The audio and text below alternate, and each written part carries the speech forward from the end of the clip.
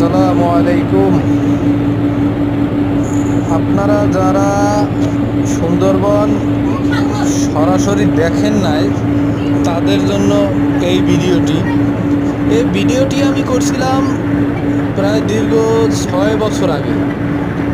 6 বছর আগে এই ভিডিওটা আমি করছিলাম, কিন্তু আপনারা দেখেন ভিডিওটা হলো গিয়া আপনার সুন্দরবনের ভিতর দিয়ে যেসব নদীগুলো গেছে, নদীগুলোর পাশ দিয়ে দেখেন গাছগুলোর যে দৃশ্যটা কেমন দেখা যায়।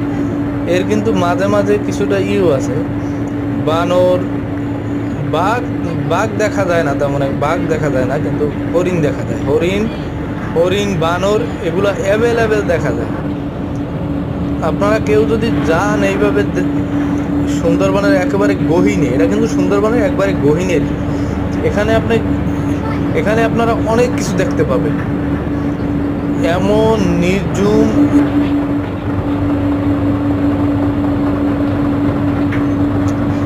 নির্জুম এলাকা আপনারা তাকাইলে বুঝতে পারবেন যে এর আশেপাশে কোনো বাড়ি ঘর কিছুই নাই।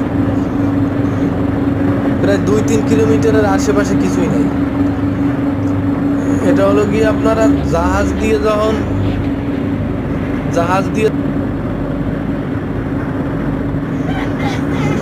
দিয়ে যখন যাবেন বা নৌকা দিয়ে যখন যাবেন, তখন আপনারা দেখতে পারবেন যে গাছের যে কিরির দৃশ্য,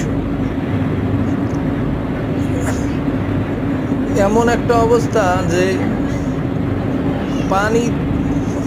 পানিগুলো সাগরের পানির মতো।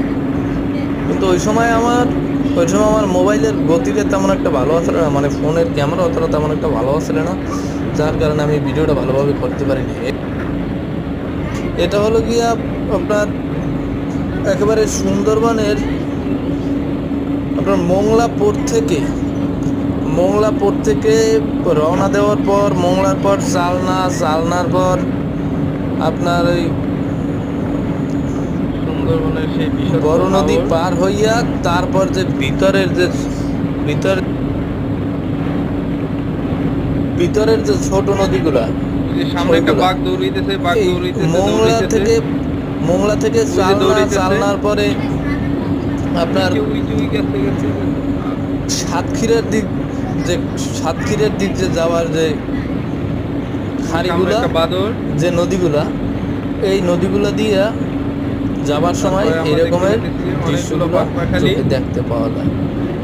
এই যে ছোট ছোট খাল গেছে, এই যে ছোট ছোট খাল, এই যে আশেপাশে এই যে বামে